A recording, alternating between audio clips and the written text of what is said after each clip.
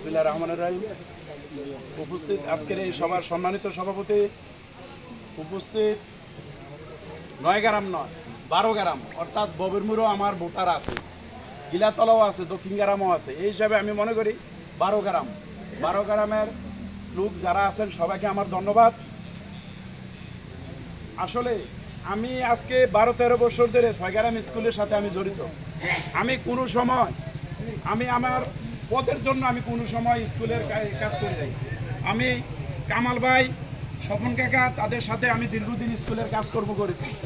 প্রতি বছরে যারা A+ পায় তাদেরকে আমি 1000 টাকা করে আমি দিই। যতজন A+ পায় তাদেরকে আমি 1000 টাকা করে দিই। যারা গরিব আছে, দেশ বানাতে পারে না, তাদেরকে আমি টাকা দিই। যারা পিকনিকে যাইতে অসুবিধা হয়, 5 জন হোক 6 জন হোক, তাদের টাকাও আমি দিই। আমি সিলেকশনে হয়েছিলাম, আপনারা সবাই জানেন।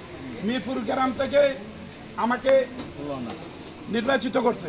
আমি কিন্তু বলি নাই যে আমি সদস্য হব, কিন্তু আমাকে সবাই বসে মাঠের ভিতরে আব্দুল করিম চেয়ারম্যান সহকারে উনি বলে দিছে যে আপনারা প্রত্যেকের গ্রামের সদস্য নির্বাচিত করেন। মিরপুর গ্রামের আমরা যারা ছিল সবাই এখানে উপস্থিত ছিল। আজকে যারা আমার বিরোধিতা করে তারাও আমার পক্ষে ছিল। এখন আমি জানি না কেন আমার বিরোধিতা করে, একমাত্র আল্লাহ জানে। আমি মনে করি আমার কোনো শত্রু নাই। আর যারা আমার বিরোধিতা করে আমি এখনো মনে করি তারা আমাকে ভোট দিবে। হ্যাঁ, তারা আমাকে ভোট দিবে।